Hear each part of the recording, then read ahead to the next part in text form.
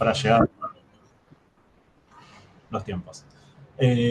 Una cuestión, creo que también estamos limitados hasta las 7:30, así que vamos a ver cómo nos ordenamos con las actividades que propusieron acá las profesoras. Les recuerdo, bueno, empezamos desde el principio. Gracias por participar, por conectarse. Este es el segundo encuentro de un ciclo de charlas acerca de adolescencia y tecnología. Habíamos arrancado ayer con la pregunta de la subjetividad y los vínculos en la adolescencia. Y hoy seguimos con el segundo encuentro que tiene que ver con criar y educar en la era digital. La idea, al igual que ayer, es que esto sea un taller, o sea que podamos charlar a partir de algunos disparadores. Así que siéntanse libres de abrir el micrófono, de levantar la mano, de meterse en la charla y contarnos su mirada y su experiencia. Y para guiarnos un poco en este ejercicio, tenemos a la profesora Dana Grilli, que es licenciada en Psicología, psicóloga clínica en Instituto de Neurociencias Aplicadas a la Clínica, docente de la licenciatura de UFLO en la materia de Psicología Social y en la Escuela Argentina de Arte Terapia. También es colaboradora externa en el Laboratorio Abierto de Inteligencia Artificial. Y a Carla Ávila, que es estudiante avanzada de la licenciatura de Psicología en Comahue. Es escritora y es ayudante de cátedra en Psicopatología 2 en la licenciatura en Psicología. Ambas son miembros del equipo de investigación de IA y Educación que tenemos acá en UFLO.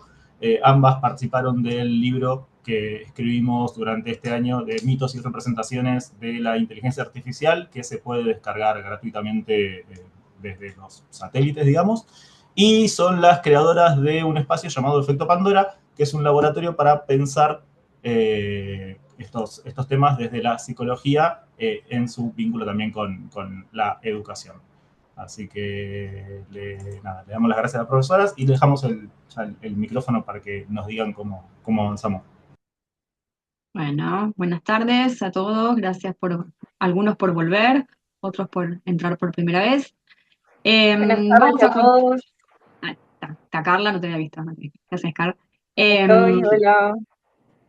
Bueno, vamos a retomar un poco. Primero vamos a hacer un breve repaso de lo que hablamos ayer para los que no estuvieron y para refrescar sobre qué adolescencias estamos hablando cuando vamos a hablar ahora en particular en el ámbito educativo, ¿sí? Este es el segundo encuentro, como dijo Gastón. El primero tuvo que ver más que nada en cómo las nuevas tecnologías moldean la subjetividad. Empezamos hablando un poco de los niños para después continuar con los adolescentes, porque los adolescentes de hoy en algún momento fueron niños y también han tenido contacto con algo de todo esto. Entonces, para repasar un poco, vamos a encuadrar a la adolescencia desde la psicología como una etapa psicoevolutiva en la que hay cuerpos en transformación, cerebros en pleno desarrollo, construcción de una identidad, construcción de una subjetividad.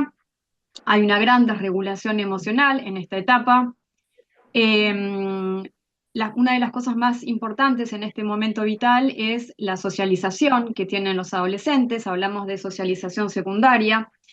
En este punto, lo que tiene que ver con los vínculos y la cuestión identitaria se forma a partir de lo que se denomina en psicología social otros significativos, y quiénes son los otros con quienes los adolescentes se vinculan, se sienten identificados, construyen su identidad, construyen su imagen de sí mismo, y es a través de la mirada y la palabra incluso de estos otros que tienen que ver con el grupo de pares, ¿no? Grupos de amigos, compañeros de la escuela, grupos de clubes y demás.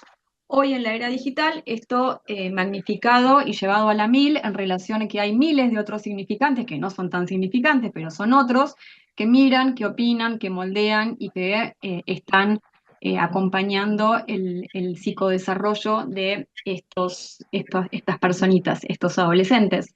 Hay una gran necesidad de pertenencia, están en constante búsqueda, sí, esto también es muy importante en relación no solo a la socialización secundaria y al grupo de pares, sino a pertenecer, ¿no? Es fundante en su estructura psíquica la necesidad de pertenecer y de sentirse parte de algún grupo, ¿sí? donde justamente ahí se forja y se potencia su identidad. Y en este punto también, teniendo en cuenta que es una etapa de tantos cambios psicosociales, psicoemocionales, biológicos y demás, hay una extrema vulnerabilidad en lo que tiene que ver en el ámbito de la valoración social, ¿no? Esto que decíamos recién, la mirada y lo que el otro nos dice que somos, bueno, define en algún punto quién soy. Pensémoslo hoy con el impacto digital, con las métricas de los likes, de los me gusta, de los no me gusta, de lo que se replica y de lo que no se replica, qué expectativas hay ante esto. Bueno, el adolescente en este contexto de tanta necesidad y tanta vulnerabilidad, bueno, el impacto de cómo se vinculan con estas tecnologías no es un detalle menor. Como dijimos un poco ayer, hay un gran impacto emocional a partir del entorno hipertecnológico, a partir del cual se están desarrollando. La construcción psíquica es a través de las redes sociales, ¿sí? Lo que decíamos un poco ayer era que el mundo virtual y el mundo real son exactamente lo mismo, lo viven de la misma manera y lo que sucede en las redes, tanto lo lindo como lo feo, la violencia como el bullying, como los likes y todo lo que sucede en ese mundo es tan real como lo que sucede fuera de las redes.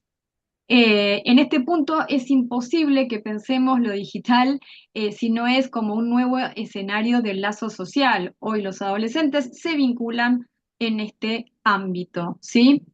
Eh, Hablamos también de una sobreexposición digital que altera la estructura y la función psicológica, emocional y cerebral, ¿sí? Ahora le vamos a pedir a Gastón, que es nuestro asistente tecnológico, que nos comparta un primer video. Vamos a hacer la misma modalidad de ayer, vamos a ver un video y vamos a abrir el espacio de reflexión.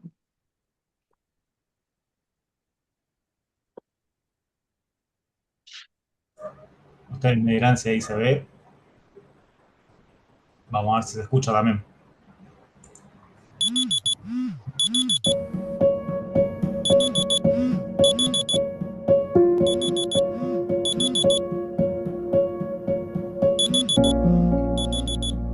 Hola, esta soy yo, Alba. Como podéis comprobar, me encanta dormir, sobre todo después de ganar a todos mis colegas en el LOL el día anterior.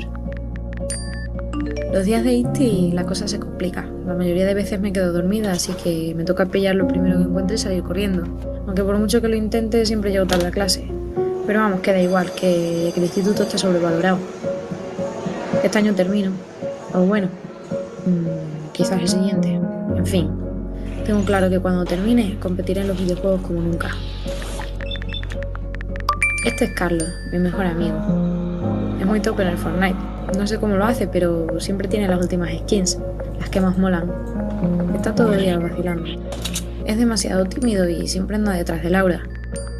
Laura siempre fue la más activa de la clase, siempre jugando al baloncesto, al fútbol, al vóley, a lo que fuera. Ahora le ha dado por las partidas online y la verdad es que la tía es una crack. Esta es Eva, mi novia. Hemos empezado a salir hace poco, pero aprovechamos todo el tiempo que tenemos después de clase. Le encanta hacerse fotos y su Insta está siempre echando humo. Como podéis ver, mi vida es muy ajetreada. También hago todo lo posible por pasar tiempo con mis colegas. A veces nos pillamos unas pipas y echamos un rato en el parque poniéndonos al día.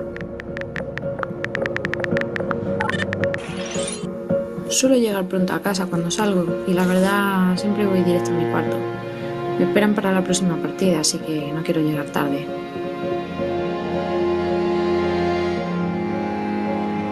Este es un día normal en mi vida, o por lo menos es lo que ha sido hasta ahora. Pero hace poco me he dado cuenta de que no solo he perdido partidas. Siento que he perdido mis hábitos saludables, mi vida académica, he perdido a mis amigos, a mi pareja, a mi familia, me he perdido a mí, he perdido mi vida.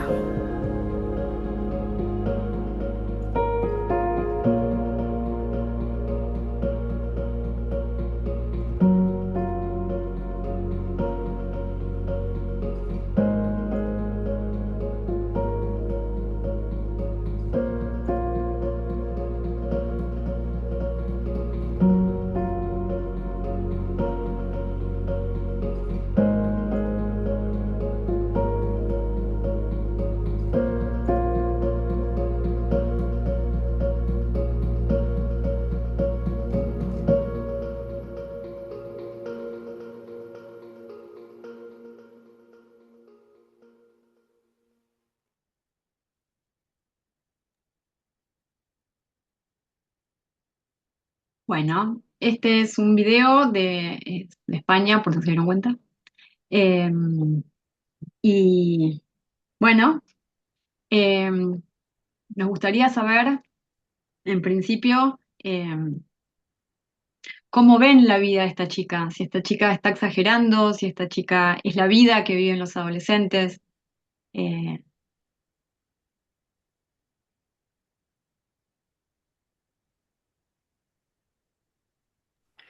A mí me Sí, hay conmovió una, la parte de esto de que he perdido mucho, ¿no? Perdón, Nico. no, está bien, está bien. Dale, dale, Nico, habla. No, decía que o sea, me parece que no es exagerado, me parece que es la vida de muchos adolescentes. El día, como todo pasa por el mundo virtual. Porque decías vos, no hay una diferencia entre el mundo real y el mundo virtual. Como llegan de colegio, que es una cosa a la cual van medio obligados y conectan. Porque el mundo que viven, el cual viven, es un mundo más virtual que concreto. Eh, no me parece exagerado para nada, es preocupante, pero bueno, es muy real. Mm, es muy real. Yo no sé si quienes laburan con adolescentes comparten la idea de que ellos lo experimentan como pérdida. Por ahí, o si es que somos nosotros los que lo vemos como una pérdida. Consciente ella, ¿no? Como pareciera, ¿no? Como que dice lo he perdido todo. Ojalá tuviéramos adolescentes que digan eso, Mm. ¿no? Parece que somos más los adultos, lo que dice Gastón. No sé Sí, si... somos más los adultos, un poco también lo que hablábamos ayer, ¿no? Los adultos que también venimos de la vida analógica, que consideramos y nos desespera ver todo lo que se están perdiendo.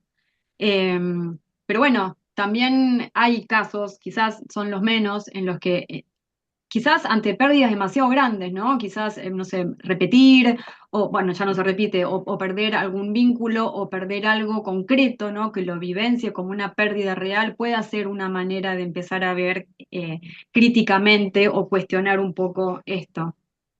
El viernes tuvimos una experiencia. Marian, ¿querés contar lo de la experiencia el viernes de la adolescente que contó que era nativa de Instagram? Sí, bueno, tiene 22, ¿no? Y ella decía que, bueno, tuvo también, como todos nosotros, atravesó la pandemia, pero que en el momento de salir a vincularse con otros reales, lo que hacía ella era mirar los comentarios de Instagram. Y según los comentarios, se vestía, no se vestía, se animaba, no se animaba. Eh, y pienso que para nosotros como adultos, nosotros tenemos la concepción de pérdida, porque algo perdemos, pero yo no sé si ellos perdieron, porque no sabemos realmente, porque para perder hay que haber tenido, ¿no? Ujú, Entonces, no sé, no estaría tan segura de que perdieron.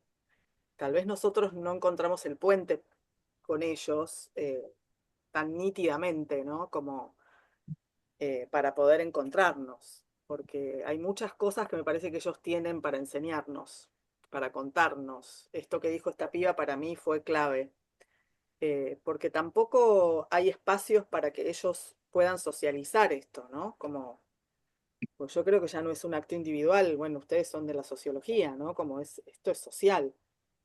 Entonces, generar espacios para debatir, lo que hicimos en la Escuela Argentina de Arte Terapia fue presentar una obra que algunos vinieron a modo de performance para poner en crisis todo esto que ustedes traen y generar conocimiento, pero justamente desde un lugar no academicista, sino entre todos, porque todos tenemos algo para decir y nosotras creemos que el arte es un lugar posible, es un puente entre el afuera y el adentro muy interesante, ¿no? Donde ahí se puede empezar a pensar nuevamente la capacidad de simbolizar, la capacidad de estar con otros, ¿no? Como hay algo a recuperar ahí. Igualmente hablamos más los adultos. Ella creo que ujú. fue una de las únicas pibas que pudo decir algo, ¿eh?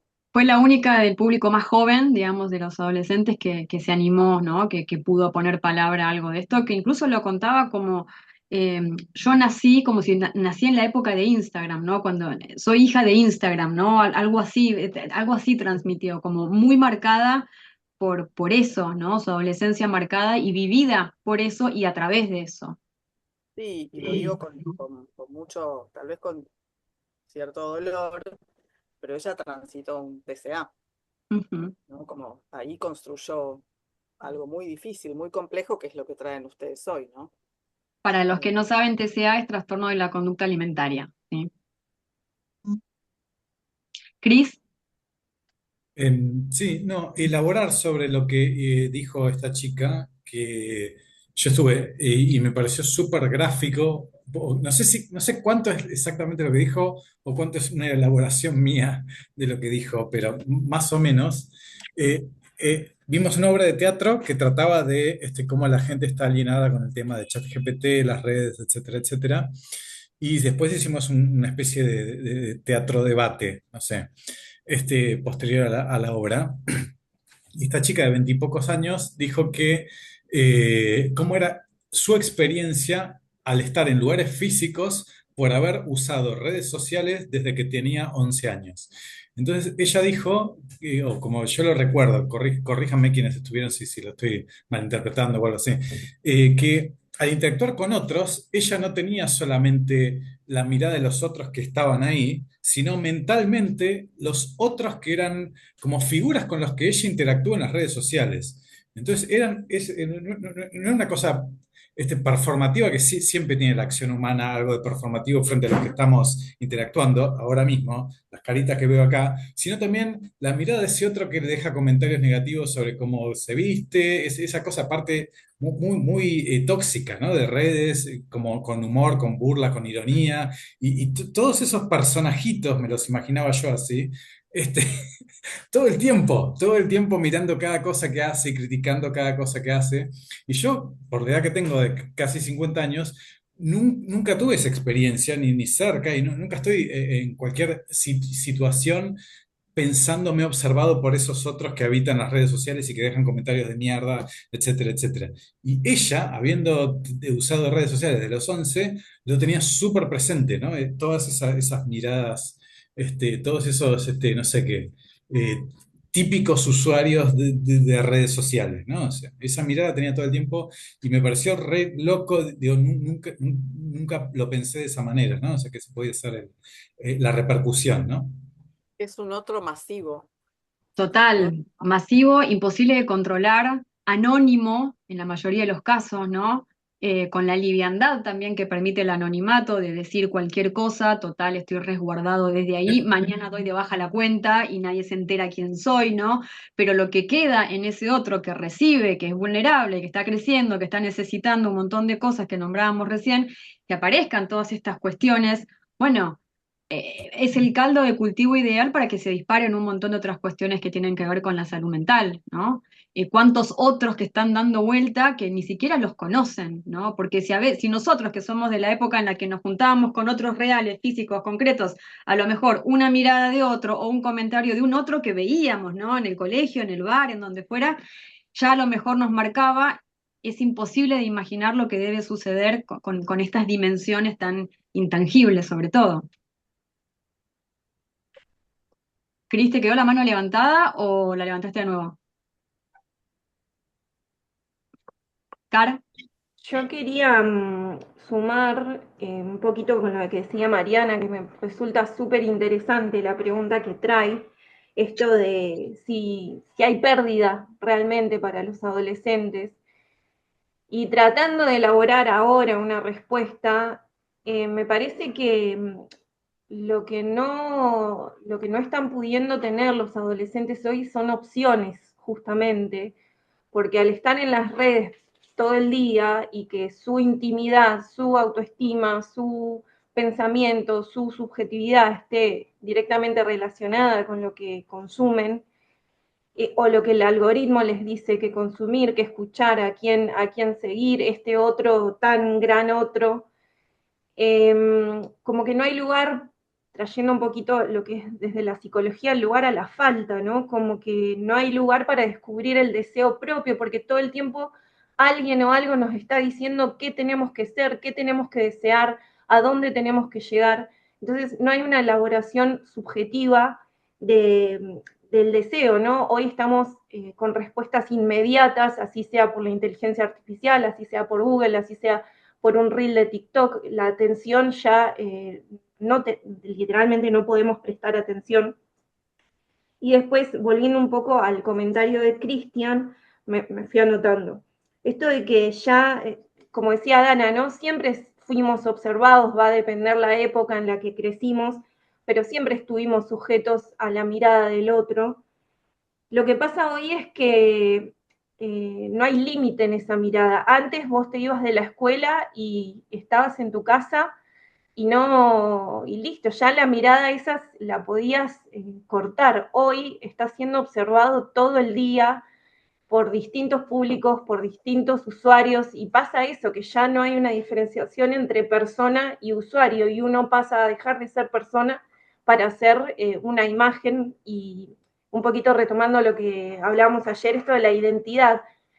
¿Qué identidad formo? ¿Es una identidad para mostrar o es una identidad de cómo soy adentro de las redes, no?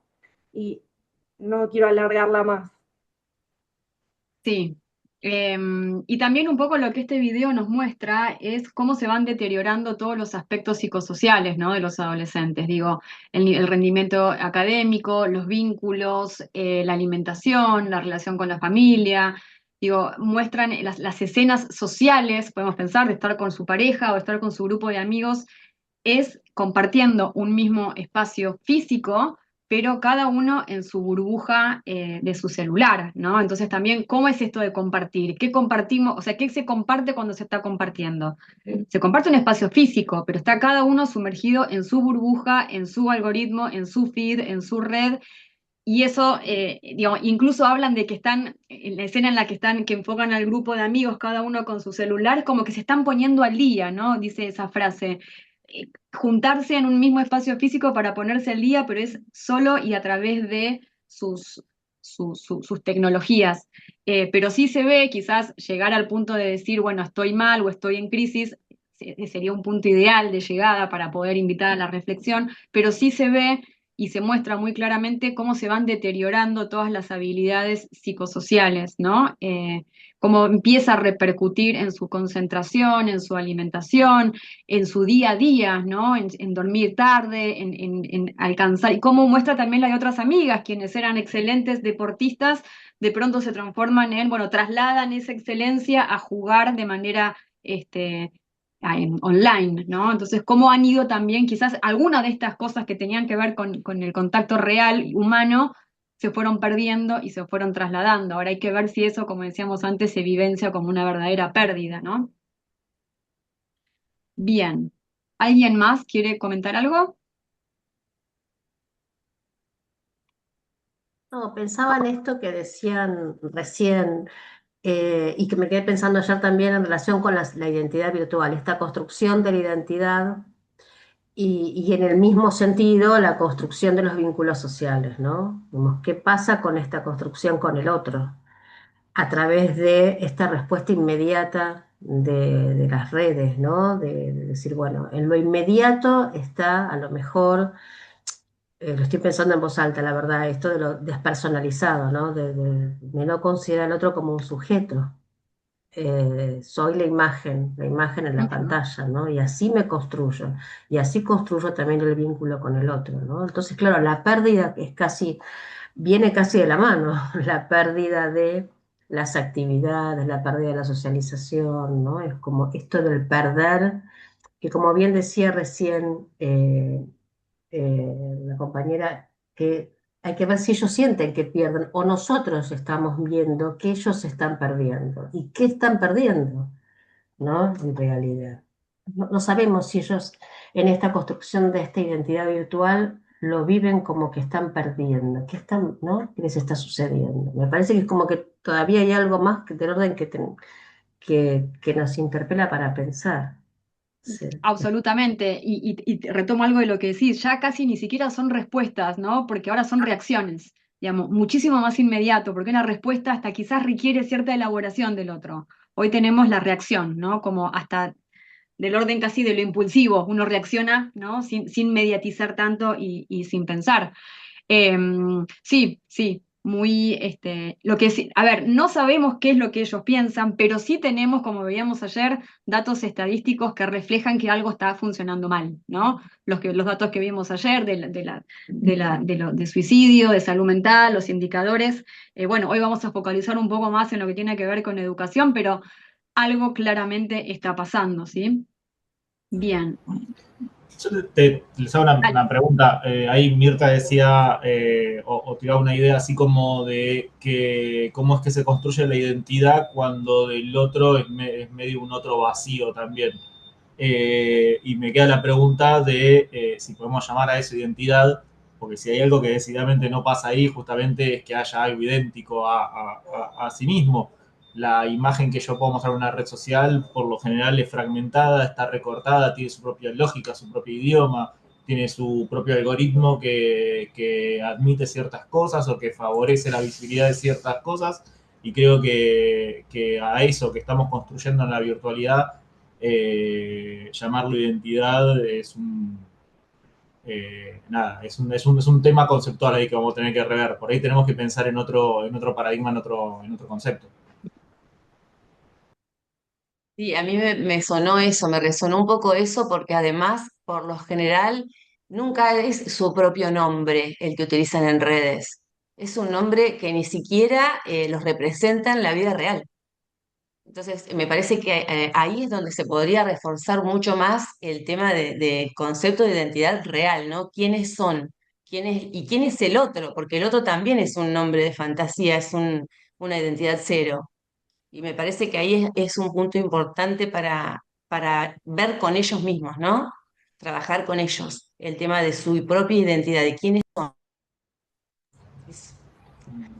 Bueno, van saliendo preguntas de investigación que vamos anotando. Hay algo interesante o sea, esto también se cruza por esa dimensión subjetiva. ¿Se sienten en una identidad fragmentada? ¿Se sienten en una identidad? Digo, por ahí no necesariamente ellos vivencian esta fragmentación y lo que vemos es que otra vez somos nosotros que lo pensamos con los esquemas con los que nos enseñaron a pensar en otra época cuando la identidad tenía sentido porque quién eras en tu casa, eras también en tu comunidad, y toda tu vida iba a estar organizada bajo el mismo símbolo. Acá yo quería sumar algo que dijo María Briana, después comentame cómo preferís. Esto mencionaste la identidad real. Pensándolo desde la psicología es un poco complejo hablar de una identidad real como si nosotros tuviéramos una única identidad. Siempre nosotros proponemos que uno va respondiendo, reaccionando o siendo en general frente a un otro, ¿no? O sea, así sea nuestros grandes otros o nuestros pares. Uno no es el mismo con papá y mamá que cuando está con amigos, entonces tampoco podemos esperar que uno sea lo mismo en redes, pero sí podemos ayudar y acompañar para buscar una identidad que justamente no sea tan fragmentada de la realidad y que, por otro lado, tampoco sea ni mucho más feliz en la virtualidad que en la real, ¿no? Esto de lo que mencionaba Dana del anonimato. Bueno, ¿para qué vamos a usar el anonimato? ¿Para descargar toda la violencia y la crueldad? ¿Qué está pasando ahí que necesitamos un espacio para eso? ¿Qué parte de nuestra identidad está hablando? Esto de buscar coherencia entre todas nuestras distintas identidades.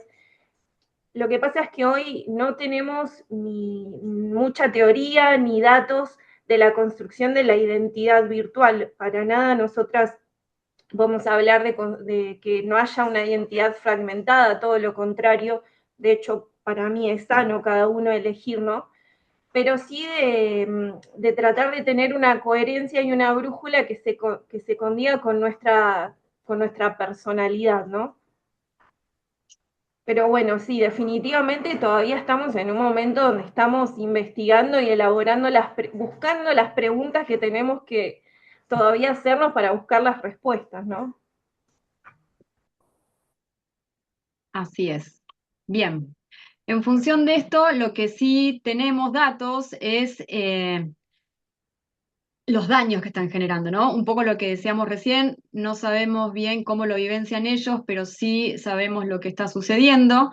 Lo que hablábamos recién, ¿no? La fragmentación no solo de la identidad, sino de la atención.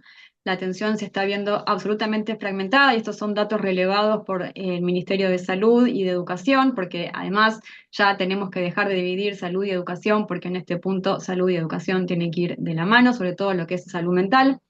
Lo que sí vemos también es que el uso de las tecnologías priva la interacción social cara a cara, ¿no? Que es lo que veíamos recién en el video tan claramente. Estaban dialogando a través de algoritmos y no en la presencialidad. Eh, hay una interferencia en la maduración de la corteza frontal, que es lo que decíamos también un poco ayer en relación al poder, a tener control de impulsos y a poder tomar decisiones, ¿no? Y esta hiperactividad del sistema en la que estamos todo el tiempo esperando gratificaciones. Los adolescentes suben una historia y están esperando respuesta, digamos. Y si esa respuesta no viene o esa reacción no viene, hay algo de la angustia que aparece porque ¿qué pasó? Que no se viralizó, que nadie opinó de mi foto, que nadie me dijo algo lindo. La capacidad de concentración, hay datos estadísticos que son alarmantes, que tienen que ver con que se ha reducido a los 65 segundos, ¿sí? La posibilidad de sostener la atención. Y esto, por supuesto, trae un deterioro en las funciones ejecutivas, ¿sí? En todo lo que decíamos recién del autocontrol y del control de impulsos. Sí se está viendo lo que algunos especialistas llaman como un tsunami de trastornos interiorizados, ¿sí? Esto que decíamos ayer un poco, la ansiedad, depresión, autolesiones, sin ser intentos de suicidios francos, sí se ven mucha autolesión y el discurso que prima detrás de esto es de descarga, ¿sí? Muchas veces hay una necesidad de descarga que es a través de autolesiones. Sí se ha medido, y esto va más allá de la percepción que tenga cada adolescente, es una caída del coeficiente intelectual por distracción tecnológica, ¿sí? Hay un menor rendimiento académico producto de la distracción, más allá de cómo se perciba cada una de las personas, y estos son datos que se han podido medir. Sí también sabemos que hay un aumento de de las urgencias psiquiátricas. El dato que también se ve acá en el video es que el uso nocturno es el causal número uno de la falta de sueño, ¿sí? En los adolescentes. Un mal descanso implica un mal desempeño en todos los aspectos, en todas las esferas psicosociales, biológicas, de la alimentación, del sueño, el retraso del sueño y la alteración del sueño a largo plazo, a mediano y a largo plazo, tiene consecuencias que son muy complejas, con grandes déficits cognitivos y atencionales y dificultad en el aprendizaje. A nivel emocional, esto también genera lo que decíamos antes, la soledad, el aislamiento, ¿no?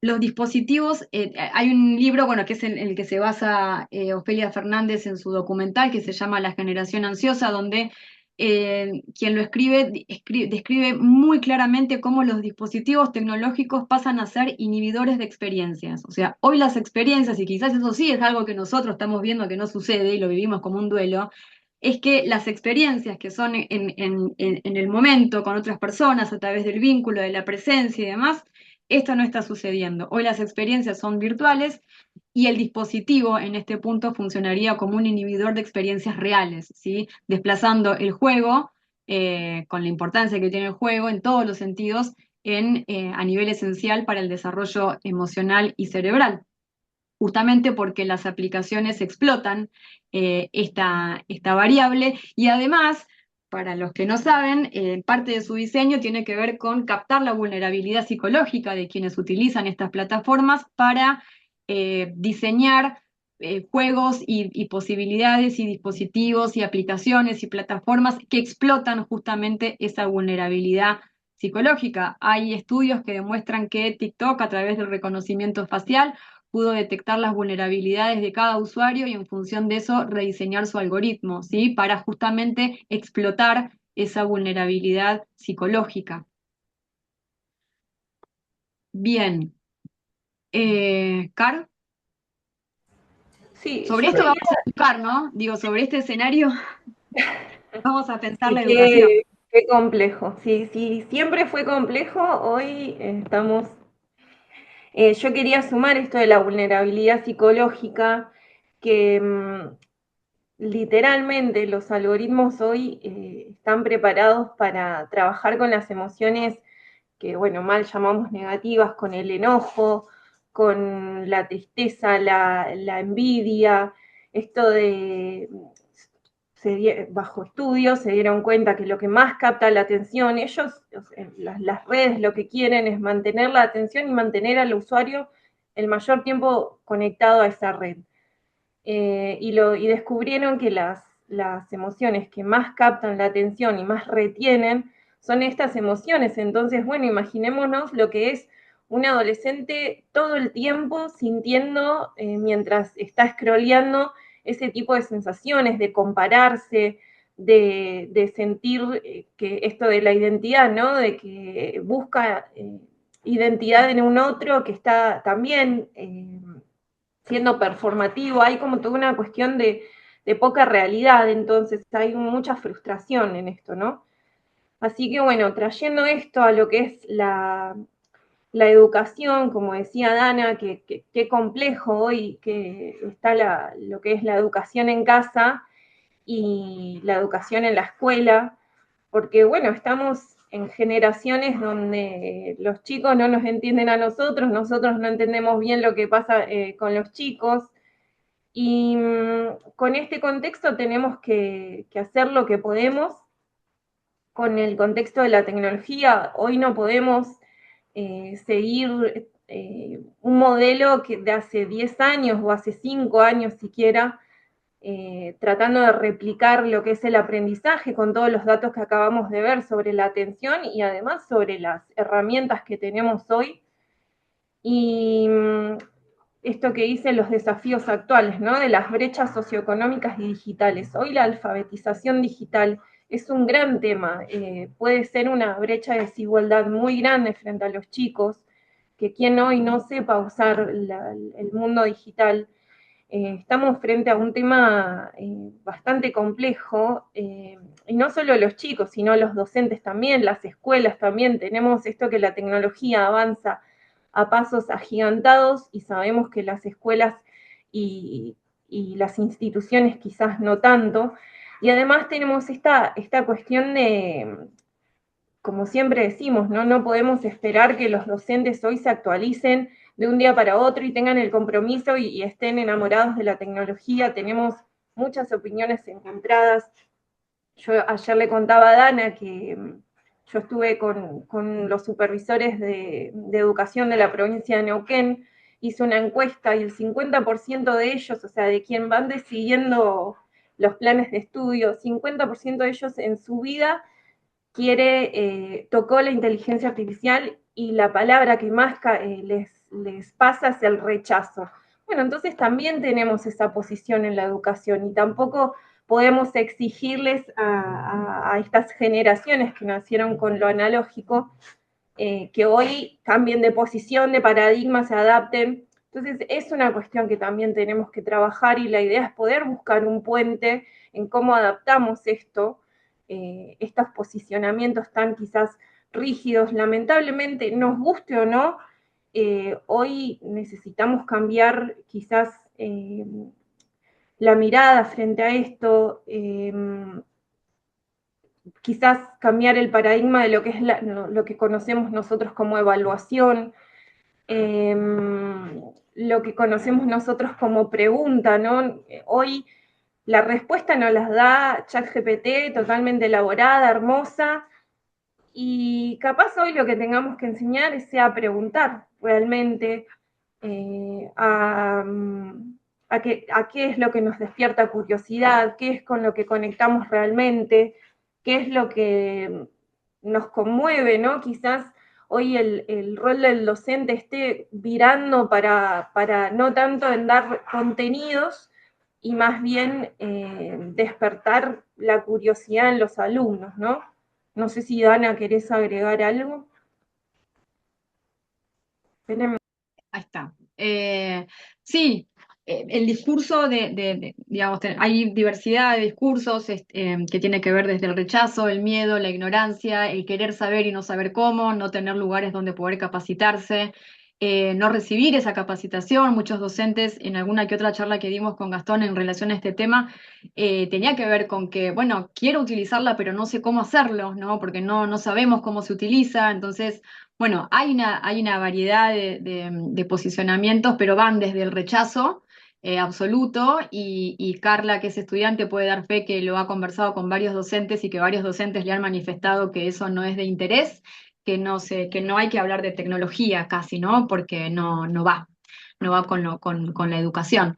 Y bueno, y en la otra punta, docentes que sí, que quieren, que necesitan, sobre todo, cierta capacitación. Y uno de los puntos que en este punto, o sea, en relación a esto, tiene que ver con, bueno, ¿qué hacemos? ¿Se prohíbe o se utiliza con ciertas condiciones, ¿no? Acá lo quiero invitar a Gastón, que es el director de la carrera de Sociología en Psicología Social, la evaluación que tuvimos este cuatrimestre. ¿Querés contar cómo fue la experiencia con el uso de inteligencia artificial? Sí, hicimos una evaluación que no era estrictamente con inteligencia artificial, pero daba un poco para que la usen libremente. Les pedimos en una materia que trata sobre cómo entender las sociedades de la psicología social, que es un campo disciplinar de las ciencias sociales donde se cruza la sociología y la psicología, y les pedíamos que de alguna manera ilustren la idea de la sociedad que se discutía desde la psicología social. Que lo ilustren como puedan, dibujándolo, buscando alguna imagen, y bueno, hay un par de estudiantes que optaron por generar una imagen con inteligencia artificial, y a partir de lo que fueron recibiendo, hacer un laburo ahí de discutir sesgos, de discutir a ver qué es lo que la imagen traía, qué es lo que ellos traían de sus lecturas, un poco la idea de que se puede incorporar perfectamente en un proceso en la medida en que lo tomes como el primer paso, como algo en lo cual vení, usalo, está consciente de los riesgos, y tomalo como un disparador para una elaboración un poco más personal, que no se quede pura y exclusivamente en responder una primera consigna de evaluación, digamos. Bueno, muchas gracias.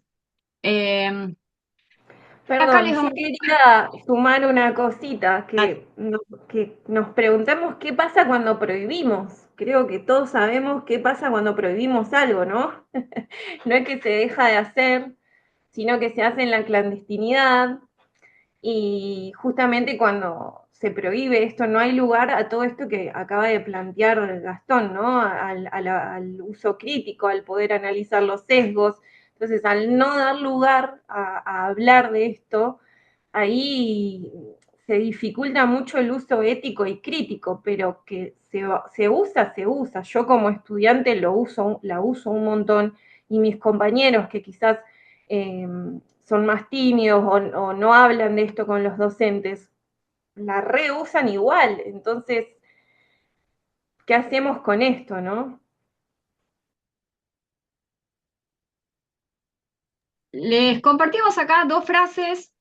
La primera surgió en un contexto de un taller que estaba dando justamente Gastón, y una docente hizo esta pregunta al aire, ¿no? Digo, ¿para qué les voy a enseñar a redactar si la inteligencia artificial lo va a hacer por ellos?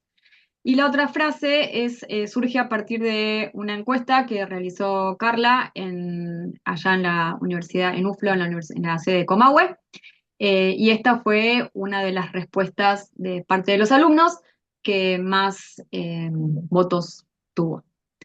Eh, los docentes aquí presentes, ¿qué pasa con estas frases, no? ¿Alguien quiere contar su experiencia como docente? Si alguna de estas frases les resuena, las ha escuchado, las piensa, las critica, las cuestiona, se siente identificado. Los docentes y no docentes también, ¿no? Por supuesto. Yo me siento, las dos me parecen interesantes. Yo creo que, no sé, pienso que la formación docente tiene ahí bastantes agujeros, no sé a nivel nacional, pero a nivel de ciudad, eh, están cambiando muchas cosas, y no sé si a nivel nacional se está enseñando a través de las capacidades o no.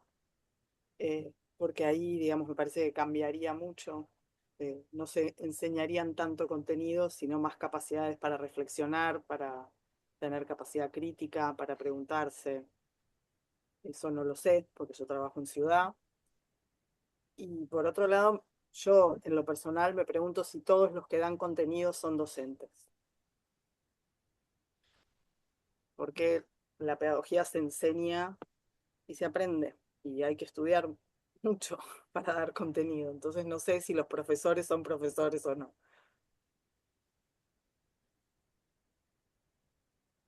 Bien.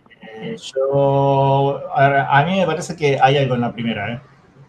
Eh, no, no, claramente no estoy de acuerdo en el caso, obviamente no estoy de acuerdo en que no haya que dejar de, o sea, que haya que dejar de enseñar a cuestiones importantísimas como redactar, pero si entendemos que la tecnología es esa manera en la cual discutimos todo el tiempo la diferencia entre lo posible y lo imposible, digo, me parece bastante lógico que en algún punto nos tenemos que estar repreguntando todo el tiempo qué valores, qué enseñanzas y qué habilidades son más valiosas, no solamente laboral y mercantilmente. Digo, si se volvió tan fácil escribir, bueno, por ahí lo que tenemos que enseñar a elaborar es qué hacemos con eso que está escrito. Entonces, yo creo que la primera, si bien puede sonar medio antipática, me parece que hay algo como para que veamos. Y lo de la segunda, uff, la segunda es complicadísima por todos lados, porque más allá de lo que decía recién Mariana, que obviamente docentes hay de todo, como hay de todo en el mundo de los estudiantes también. Pero también me da un poco, hay como ese mito de la personalización, de que esto te va a permitir de alguna manera personalizar todo y eso como casi indefectiblemente lo hace mejor. Me parece que se olvida también de algo. Digo, está bueno que no solamente aprendamos, que personalicemos también los modos de enseñar, pero los contenidos tienen que ser compartidos. Digo, todos tenemos mal, o sea, para que los contenidos también cumplan su función, tienen necesariamente que ser compartidos. Entonces, no sé, hay algo ahí medio que también me parece que es una cosa. ¿Cómo vos das contenido, ¿no? Porque la explicación, vos explicás algo, ¿no? Como hay algo ahí me parece que es interesante para pensarnos como docentes, ¿eh? Absolutamente, esto es un llamado a la reflexión. Sí, sí.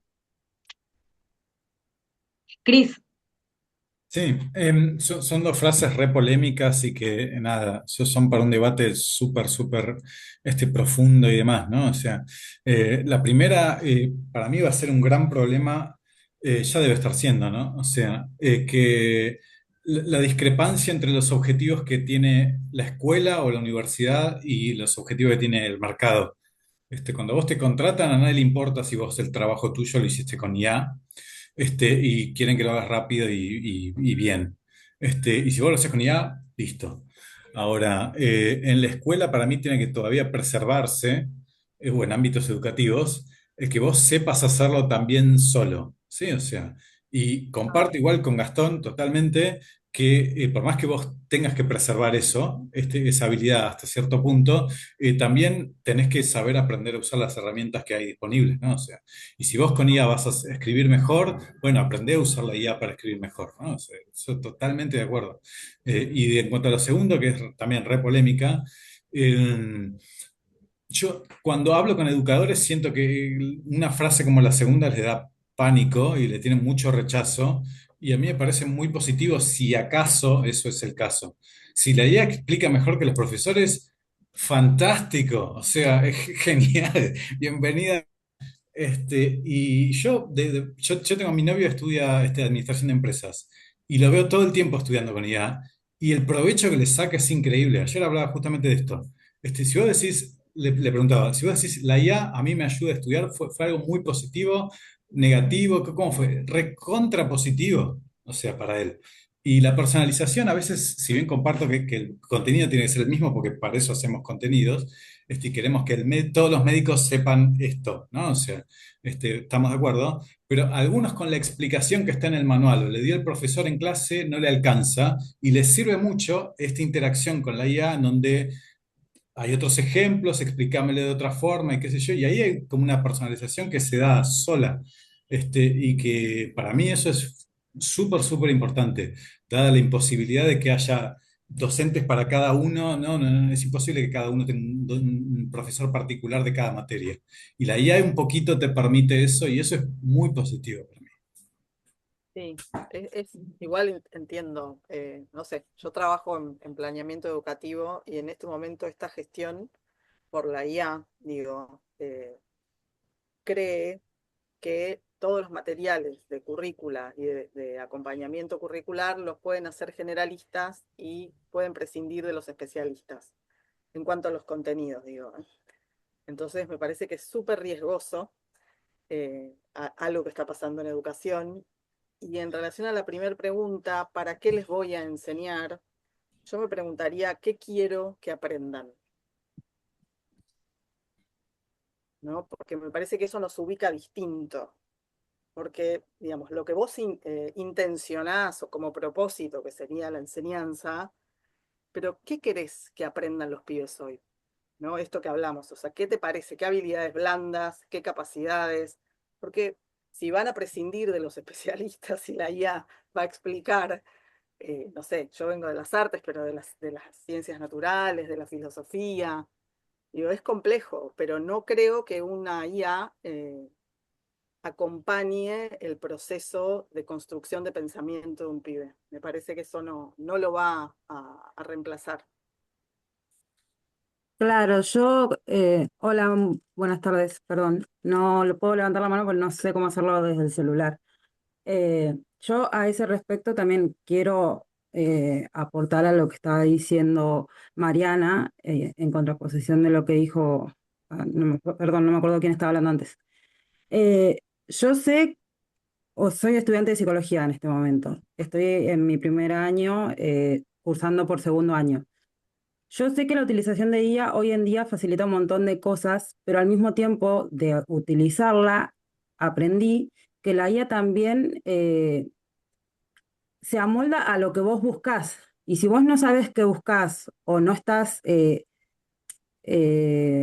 como que no tenés una base para buscar algo, te va a dar respuestas que son totalmente ilógicas para la materia, para lo que estás tratando de estudiar, para lo que se supone que tenés que dar, porque me ha pasado un montón de veces que aunque yo le daba el texto que se supone que teníamos que estudiar y más o menos trataba de ingresar las preguntas que yo quería que me respondiera, como no tenía una base de lo que realmente era la materia o la escuela psicológica que yo quería y necesitaba estudiar, me daban respuestas que para lo que era ilógico, que uno de saber, o sea, de haber prestado atención al profesor o de haber estudiado con compañeros, se da cuenta que es ilógico. Pero si vos no estás en la materia y simplemente preguntás y decís, ah, bueno, lo que dijo la IA está bien, o sea, lo asumís como algo correcto, lo que va a suceder es que vas a tender a equivocarte y a crear un pensamiento o aprender cosas que realmente son incorrectas de lo que querés aprender realmente.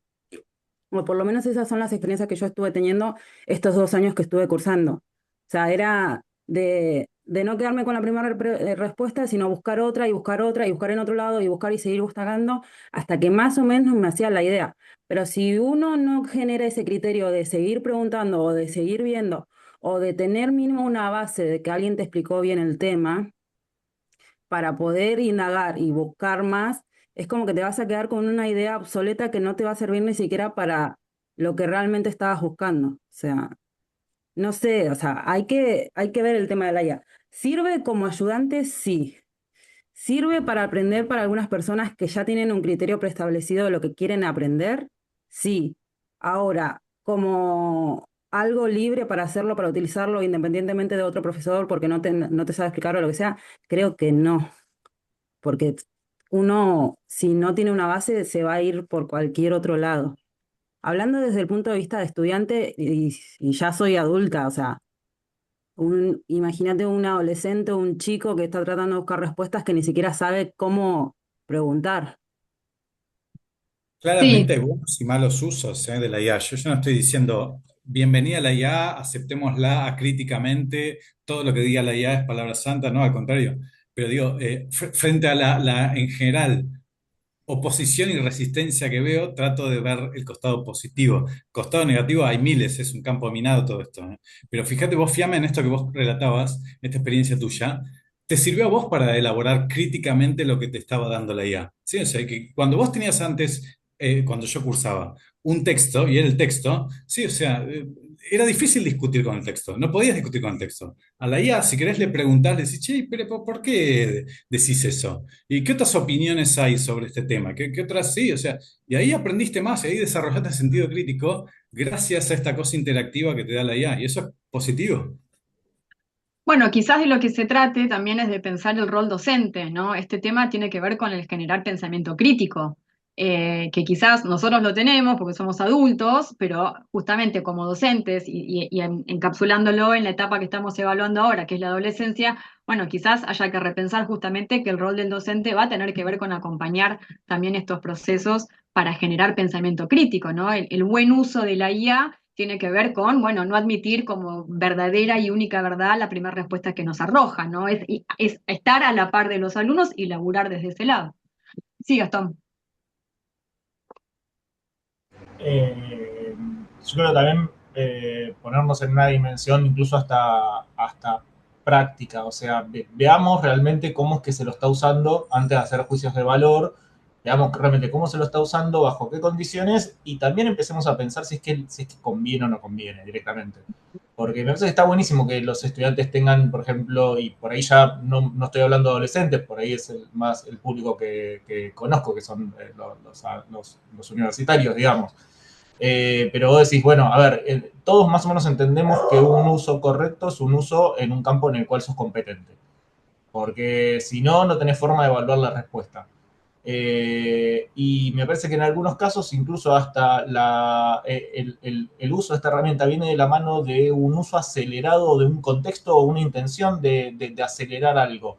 Que es que si te sentás y lees los textos, por ahí desarrollás esa mirada y esa profundidad que te permite evaluar y ser competente en este área. Ahora, si vas a arrancar por ChatGPT porque estamos en un contexto de apuro en el cual no nos podemos sentar a leer los textos, y entonces no sé si ya directamente es positivo o pasa a ser directamente una suerte de obstáculo, de tentación, de que la manera más fácil de laburar es esta y a veces eso por hasta puede llegar a ser, me parece un poco más pernicioso. Bien. Mirta.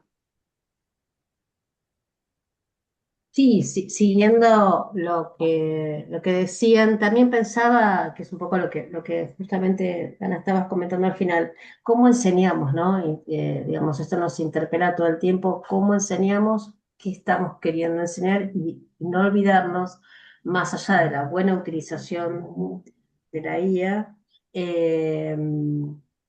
no dejar de olvidarnos del pensamiento crítico, ¿no? Cuando estamos enseñando, independientemente de qué se trate, de qué disciplina se esté, con la cual se esté, sobre la cual se esté trabajando. Me parece que empezar a repensar, cuando hablaba Cristian recién de los textos, sí, antes también sí leíamos los textos y por ahí alguna cuestión nos convocaba a reflexionar algo, por lo menos en la época en que yo estudiaba, ¿no? Que era una época políticamente medio convulsionada. Entonces uno decía, uy, tengo este texto, tengo aquel, ¿no?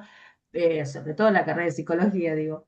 Pero, pero me parece que esta también no tenemos que perdernos la oportunidad de ver con la IA, bueno, cómo laburamos tanto de manera virtual como presencial y no perder esto del pensamiento crítico y ayudarlos a los estudiantes también con esto, ¿no? Tanto con la pantalla como presencial. A mí por lo menos me resulta más fácil presencial, pero bueno, en la pantalla también es todo un desafío. O sea. Sí, absolutamente. Yo creo que esto nos interpela a los que somos docentes a pensar justamente qué es lo que queremos enseñar, qué queremos que sepa el alumno, ¿no? Sobre todo hoy que sabemos que tienen acceso libre a un montón de respuestas, ya sean erróneas o no, en algún momento las van a encontrar y hoy predomina el interés por tener una respuesta y esto es una lógica que excede la educación. tiene que ver con las lógicas de la digitalización, de la vida digital, todo lo consultamos y obtenemos una respuesta inmediata. Entonces, quizás de lo que se trate es justamente de repensar el rol en el punto de más de la cuestión más vincular, ¿no? ¿Qué estamos enseñando? ¿Qué queremos enseñar? ¿Cómo llegamos al alumno? Quizás esto de poder pensar, como decíamos antes, una transformación, ¿no? Que, bueno, todo es tan rápido que nuestra transformación como docentes también lleva otro ritmo, pero sí pensar en esto de que quizás ya no es más la enseñanza tradicional, vertical, ¿no? Del docente transmitiendo conocimiento a los alumnos que escuchan de manera pasiva, porque eso ya no va a funcionar, no funciona, no es así. El conocimiento, y esto, mucha de esta información que vamos a compartir ahora surgió de la jornada de educación e inteligencia artificial que se dio en la UFLO hace un par de semanas atrás, con experiencias docentes. También me tocó coordinar una mesa de experiencias docentes y lo que surgía era a partir del buen uso, ¿no? De un buen uso guiado, situado, con criterios, con marcos éticos, dialogando con los docentes y legitimando, era un poco la palabra que ellos usaban, tenía que ver con un aprendizaje compartido, ¿no? Porque quizás hoy los adolescentes o los alumnos tienen nociones que tienen más que ver con la tecnología y saben más de cosas tecnológicas que los adultos, pero no saben cómo utilizarlas, ¿no? No saben distinguir los criterios de qué sí, qué no, de qué manera, y en ese sentido sí el docente tiene que guiar, tiene que saber guiar. Ya quizás la motivación no sea tener una buena nota o adquirir el conocimiento o recibirte, estudiar para tener un título, sino motivar mucho más la cuestión intrínseca, ¿no? Quizás el laburo nuestro sea transmitir la pasión por querer saber, por querer preguntarnos, por revalorizar el lugar de la pregunta, porque hoy la pregunta está perdida en este circuito de la respuesta inmediata. Y en realidad la pregunta es el motor para poder generar conocimiento, para poder generar pensamiento. Si uno se deja de preguntar, quedamos vacíos, ¿no? Nos llenamos de respuestas, pero quedamos vacíos porque no hay nada que nos motive. La pregunta es un motor, es un empuje, es salir a buscar respuestas, es salir a crearlas, a inventarlas si no están, a pensar con otro de qué manera podemos armar miles de respuestas, ¿no? Entonces, el educador, quizás el laburo hoy sea sostener la pregunta y el proceso, que los procesos también se están viendo hackeados en esta lógica donde todo tiene que ser ya. Entonces, ¿cómo sostenemos un proceso de aprendizaje? ¿No? Si todo está ya, es ahora. Y en este punto yo siempre traigo a Freire con su pedagogía de la pregunta, ¿no?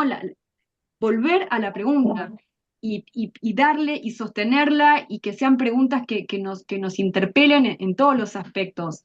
Eh, También los aportes de Meli Furman que tienen que ver con la curiosidad, ¿no? Con generar curiosidad en los alumnos, escuchar a los alumnos, qué es lo que les pasa también con esto, ¿no? ¿Qué les pasa con el aprendizaje? ¿Qué les pasa con la educación? Digo, también, por lo menos yo lo veo en la escuela de mi hija, el docente se sigue parando adelante y los alumnos están mirando el pizarrón, ¿no? Quizás hasta tengamos que cambiar la dinámica en cómo se sientan los alumnos, que sea en un círculo, en un espacio más compartido y empezar a romper un poco todas estas dinámicas de transmitir conocimiento de manera tan lineal.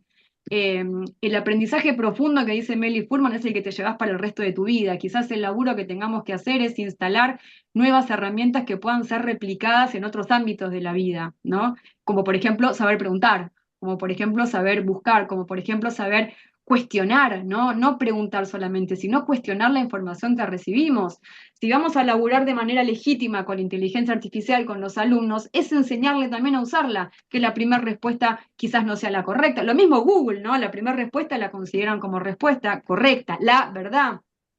Buscar más, corregir e investigar fuentes, de dónde viene esta información, ¿no? ¿Qué es lo importante? ¿Qué es lo verdadero? ¿Qué es lo real? Porque si no, ahí sí estamos perdidos, ¿no? Ahí sí la inteligencia artificial nos va, entre comillas, a reemplazar si no nos instalamos, si no nos posicionamos desde este lugar, ¿no? De sostener la duda, de sostener el espacio de reflexión, de invitar a la reflexión a los alumnos todo el tiempo, ¿no? Y en este punto el pensamiento crítico tiene que ser la guía, no podemos perder de vista esto. Perdón, una cosita chiquita nomás como para meter también ahí. Dale. O será que yo estoy medio reaccionario, pero no es solamente pensamiento crítico, gente, o sea, no nos olvidemos del conocimiento sustantivo en un área que tiene el profesor. O sea, es pensamiento crítico dentro de un marco, un recorrido, un camino pedagógico diseñado, absolutamente, consensuado y pensado de manera colectiva en el mejor de los casos. Porque si no, digo, no caer en eso de simplemente generar la actitud de desconfianza y enseñar a rechequear todo. Genial lo de rechequear todo, pero eso es lo que hace un periodista. Digo, por ahí nosotros estamos formando gente, o será que, de vuelta, yo estoy hablando del mundo universitario, no de la secundaria, no de los adolescentes, pero estamos formando gente que tiene que tener también ese conocimiento, de saber que en un área de problemas partimos de entender y de pensar las cosas desde un cierto nivel. Absolutamente, sí, los contenidos, totalmente. Pero bueno, sí, es invitar a la reflexión, ¿no? En algún punto, sobre Sí, esto que dice Gastón. no quedarnos, o por lo menos la sensación que yo como estudiante, hay una discusión que quizás queda atrapada en esto del reemplazo y quizás hoy tenemos que verlo como el complemento, la inteligencia artificial como el complemento y no quedarnos atrapados en este, vuelvo, ¿no? El falso dilema si sí o no, sino cómo. Cómo complementamos con la inteligencia artificial. De nuevo, hoy no podemos obviar que la escuela no es la única institución que está enseñando. Realmente hoy hay influencers que están educando, es un poquito lo que salió ayer en los datos que mostramos. ¿Por qué hoy un adolescente de 12 a 17 años está pensando cómo hacer plata? ¿Por qué hoy eso es importante para un casi niño adolescente? Porque hay influencers que hoy están moldeando estas subjetividades, estas maneras de desear, que, que nosotros quedamos adultos y educadores, quedamos excluidos de esta discusión. Y es como que el aula se volvió esto, ¿no? Expandida. Hoy los influencers como que ocuparon este espacio de educación y hoy el contenido es un TikTok de un minuto, hoy ni siquiera, hoy lo escuchaba Gastón, esto de no quedarnos con lo que, esto del chat GPT, a veces ni siquiera se llega al chat GPT, hoy hay esta sensación de que veo un TikTok de un minuto y ya sé, ¿no? Lo vi Este en TikTok, conocimiento, te dicen. Esas son las claro, hoy fuentes. Lo vi en con la TikTok. fuente TikTok.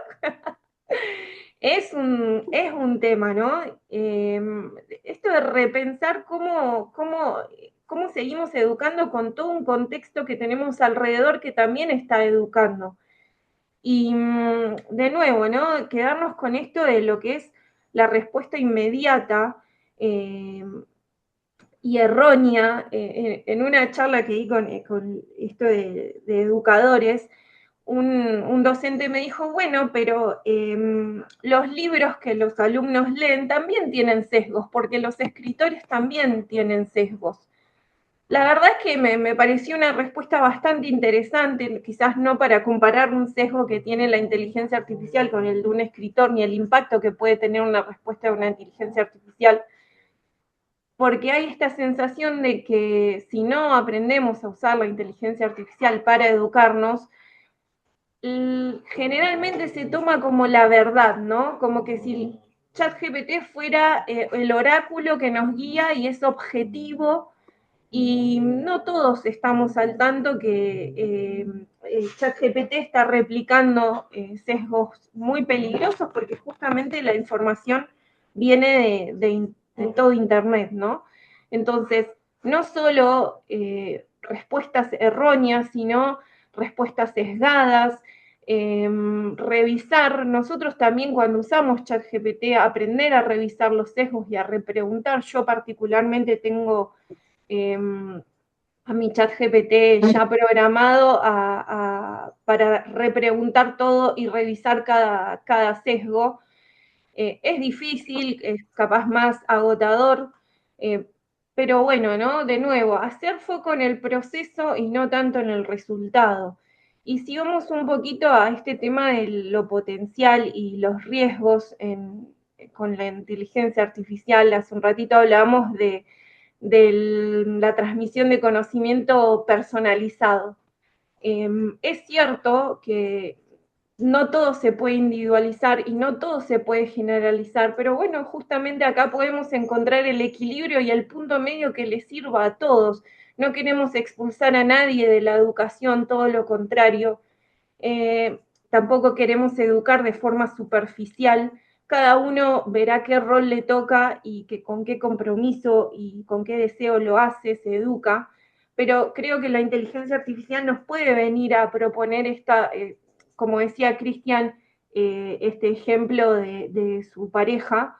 Para mí también la inteligencia artificial para estudiar me abrió puertas enormes. Acá está mi profesora presente, yo soy una persona súper obsesiva para estudiar y a veces me quedo trabadísima en una idea, está bien, está mal, no lo sé, pero a mí hoy la inteligencia artificial me vino a abrir un montón de respuestas que me ayudan a poder seguir traccionando otras preguntas, ¿no?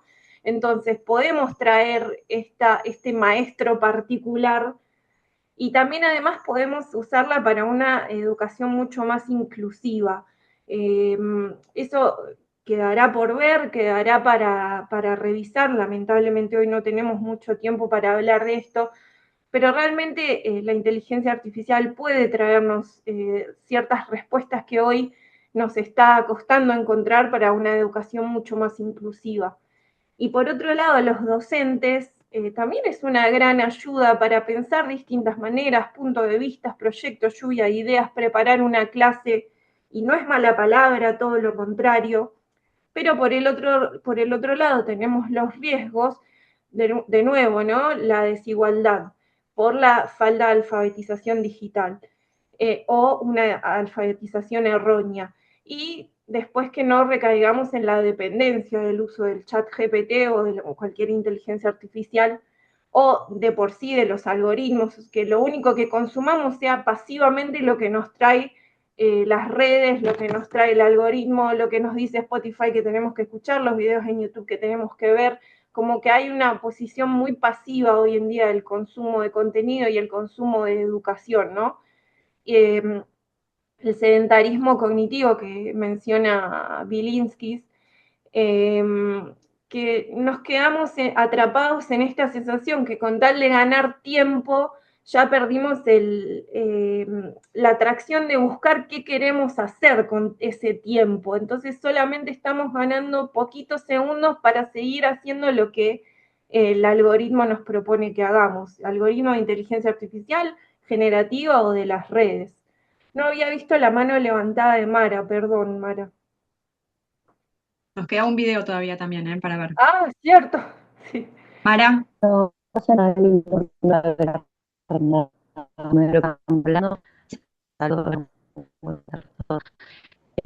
Se te escucha muy cortado, no sé si soy yo. No, se escucha cortado.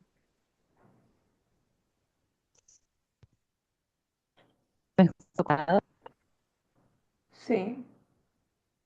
¿Me escuchan? Mazo.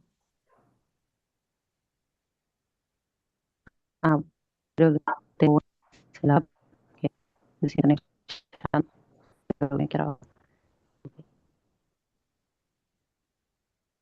Si querés lo puedes escribir en el chat, Mara. Ok. Bueno. Dale. No hay problema. Mientras. No. Sí, se te corta mucho. Qué no se entiende. lástima. Sí. Gastón, ¿querés compartir el segundo videito, porfa?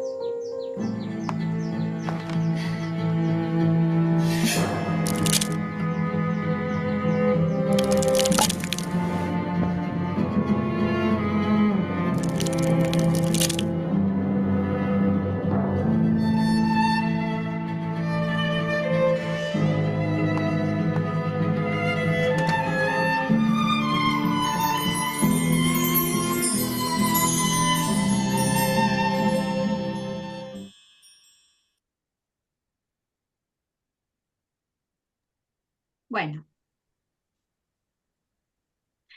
nos quedan muy pocos minutos y Gastón nos va a cortar.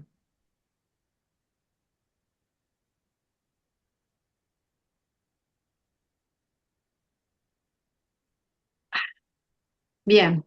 Le vamos a dar la palabra a Carla nuevamente en su rol de estudiante para hablar justamente de la ética del estudiante a la hora de utilizar un poquito la inteligencia artificial. Bueno, Este video creo que un poco muestra, ¿no? sí, bueno, a mí el video ese me encanta. La verdad que me parece súper gráfico. Eh, Poquito esto, ¿no? Como nosotros como estudiantes también tenemos que preguntarnos qué hacemos con la inteligencia artificial. Lo mismo, no quedarnos ahí como en la timidez, en la clandestinidad de estar ocultando si usamos o no usamos inteligencia artificial. Eh, pero sí también haciéndonos esta pregunta, ¿para qué la estoy usando? No porque se pueda, se deba, ¿no?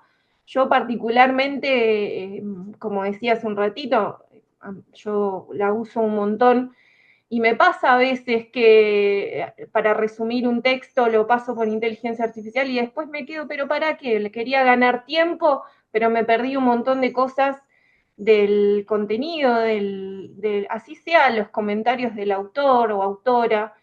Eh, Esto, ¿no? Hacernos la pregunta de realmente para qué lo estoy haciendo, ¿me está resolviendo o me está ayudando, está complementando o está resolviendo por mí? ¿Qué tipo de profesional voy a ser yo el día de mañana si deposito en una herramienta todo de mí, ¿no? Particularmente como estudiante de psicología, es algo que a mí me atraviesa muchísimo de pensar qué tipo de profesional voy a ser yo el día de mañana si la inteligencia artificial hace todo por mí. Yo me quedo con, particularmente mi estrategia es de las cosas que más me gustan, tratar de no hacerlo con inteligencia artificial para quedarme yo con el aprendizaje, ¿no? ¿no? No solo con el aprendizaje, sino con el placer de poder estudiarlo y con los pequeños tesoros que aunque no siempre se sientan como gratificantes cuando estoy estudiando, porque la verdad es que cuando estoy estudiando generalmente quiero romper todo, pero sí quedarme con esto, ¿no? Con la experiencia completa. Bueno, después habrá materias que generalmente cuando involucran números no me gustan, entonces ahí sí uso el complemento de este maestro particular. Pero bueno, creo que es importante que en este consenso que estamos haciendo en educación, nosotros los estudiantes también tomemos un rol eh, y seamos protagonistas y participantes de esta discusión, de cómo nosotros nos vamos a posicionar y no esperar que desde la institución o los propios docentes nos vengan a imponer, sino justamente de nuevo esta construcción horizontal de cómo vamos a formarnos, sobre todo nosotros ahora universitarios, quizás con la adolescencia será distinto, pero sí importante de nuevo transmitir la ética y un uso crítico, ¿no? Y creo que lo que más tengo, ya lo pasamos, estamos cortos de tiempo, yo no agregaría mucho más. Sí, un poco también pensar en el buen uso, ¿no? Que podemos tener. Ahí se están desarrollando modelos de lenguaje y herramientas que pueden ser bien aplicadas y que ayudan un montón. Se están diseñando muchas plataformas educativas para los docentes, ¿no? Para el armado de clases y demás. Cris, si andás por ahí, en un minuto nos puedes explicar en qué consiste Calíope, que están desarrollando desde el Laboratorio de Inteligencia Artificial. Sí, cómo no. Dale. Calliope es un simple asistente de escritura que se propone no escribir por la persona, sino ayudarla a la persona a escribir. Entonces es como un editor de texto en donde vos tenés un espacio en donde, según el prompt que vos le diste, dependiendo del texto que vos estás escribiendo, por ejemplo, que estás escribiendo un texto académico o un cuento para chicos o una letra de una canción de rock o lo que sea, te puede hacer preguntas o sugerencias sobre que te ayuden a vos a continuar, a inspirarte, a ver si el texto cumple los parámetros que vos le habías puesto. Por ejemplo, si estamos haciendo un texto académico, uno le puede hacer en el prompt que que se fije si las conclusiones se derivan de la información que se está dando, de la evidencia, etcétera, etcétera. Entonces puede detectar alguna cosa así, te dice, ¿y por qué tal cosa? ¿Y por qué tal otra? ¿Investigaste esto? ¿No? Sí, te va dando sugerencias, pero hasta ahí, ¿no? O sea, nosotros a veces lo llamamos como, es un concepto similar al que se habló ayer del dumb phone, ¿sí? O sea, explícitamente elegimos una tecnología limitada justamente en contextos educativos para que no nos saque de esta experiencia y de esta adquisición de habilidades que necesitamos en estos contextos, ¿no? Entonces, se limita a eso, ¿no? No le puedes decir, escribir en el párrafo, escribir en las conclusiones, nada de eso. Te ayuda a vos a escribir un poquito. Eso. Bueno, muchas gracias. Sí, que es lo que sí hacen otros modelos de lenguaje, ¿no? Justamente escribirte todo y sugerirte incluso a escribir más. Bien, Ujú. rápidamente les vamos a compartir un... Estos son algunas regulaciones que no son a nivel nacional, ¿sí? A nivel nacional no hay regulaciones que tengan que ver con el uso de celulares en las aulas. En Cava sí se implementó una ley el año pasado y los datos que arrojó del 2024 al 2025 es que a partir en las primarias sin celulares y en el secundario solo con fines pedagógicos y a criterio de cada docente, el 70% de los alumnos de primaria presta más atención en clase, el 60% de los alumnos en secundaria presta más atención en clase y acorde a una investigación que hizo la Universidad de Itela, hay un 61% de la población en general que tiene la necesidad de que prontamente se regule el uso de la inteligencia artificial, ¿sí? Esto sabemos que no está regulado eh, y que, bueno, algunas provincias están teniendo algunos casos, pero no hay una regulación a nivel nacional sobre el uso. Pero sí estamos viendo que en la medida en que esto se restringe, hay cambios de hábitos que pueden mejorar el rendimiento académico. Y que también se ve a partir de esto una mejor y mayor vinculación social entre los alumnos. Y un poco para que no sea todo bajón, lo que nosotros pensamos también como propuestas para integrar la inteligencia artificial en el aula y de la mano un poco de lo que hablábamos ayer, ¿no? Del diálogo comunitario, de hablar de estas cosas en comunidad, es, bueno, hay un concepto que pensamos que tiene que ver con un contrato tecnológico, ¿no? Esto que decíamos hace un momento, cómo armar de la mano de los alumnos normas claras sobre el uso de la tecnología y la inteligencia artificial en las clases, ¿no? ¿Qué vamos a usar? ¿Para qué lo vamos a usar? ¿Con qué objetivos? ¿Qué tipo de análisis podemos hacer de eso? Que sea legítimo en algún punto nos obliga a nosotros también a interactuar con estas tecnologías, a estar un poco más ayornados con esto y poder laburar en conjunto con los alumnos, ¿no? Y en las escuelas también, este tema de, bueno, si está prohibido el uso de los celulares en las escuelas o está restringido en los secundarios, ¿qué pasa después en las casas? ¿No? Porque si nosotros regulamos el uso en las escuelas y después esos mismos chicos vuelven a su casa y tienen un uso indiscriminado de los celulares, bueno, entonces acá es un poco la invitación a un diálogo entre las grandes instituciones, ¿no? Las familias, entre familias, familias docentes, docentes alumnos, alumnos padres, ¿no? Quizás crear estos espacios y que se empiece a incluir un poco más el tema de que esto se tiene que hablar, tiene que empezar a formar parte más presente en las currículas de las cuestiones académicas para poder darle un lugar importante, ¿no? Y que esto, si esto se habla, se reflexiona, se cuestiona, se critica y se legitima, probablemente tengamos mejores resultados, ¿no? Que los alumnos aprendan a distinguir los sesgos, aprendan a entender cómo funciona el algoritmo, qué pasa si cambian de algoritmo, cómo son los sesgos, cómo eso va cambiando las respuestas que le otorga los modelos de lenguaje, pero en constante diálogo, si no, esto va a ser muy difícil. Bueno, muchas gracias. Ahora sí, nos queda, mirá, Gastón, nos pasamos 4 minutos. ¿Estamos bien? Estamos perfectos. Bien. Bueno, ¿alguien quiere aportar algo antes del cierre? No, la Como verdad que docente. excelente, un montón de cosas para pensar y seguir, ¿eh? Excelente. Muy bueno, Gracias. muchas gracias. Tenemos que hacer cosas juntas, Mirta.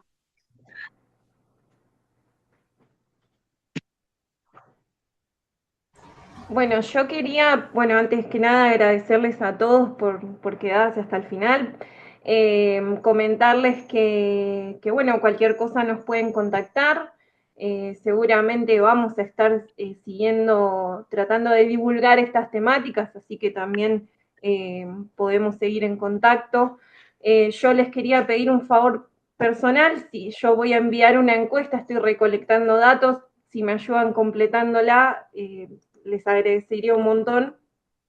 Y nada, bueno, ojalá que ustedes desde el rol que le toque, así sea docente, papá, mamá, amigo, primo, hermano, tomen la conversación y sigan hablando de esto, que bueno, querramos o no, va a impactar en la vida de todos y todavía está en nuestras manos de decidir cómo, ¿no?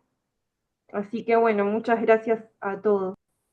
Y los invitamos a leernos en el libro que salió este año de la mano de UFPLO, sobre mitos y representaciones en relación a la inteligencia artificial, donde, bueno, pensamos críticamente en comunidad y en diferentes disciplinas qué es lo que está sucediendo en todos los aspectos de la vida, ¿sí? Eso está disponible, es gratuito, es online y está en el repositorio de UFPLO. Pueden acceder de manera libre a su lectura. Muchísimas gracias a todos y nos veremos la próxima. Gracias, muy bueno. Muchas gracias. A ustedes. Gracias. Chau, chau. Adiós.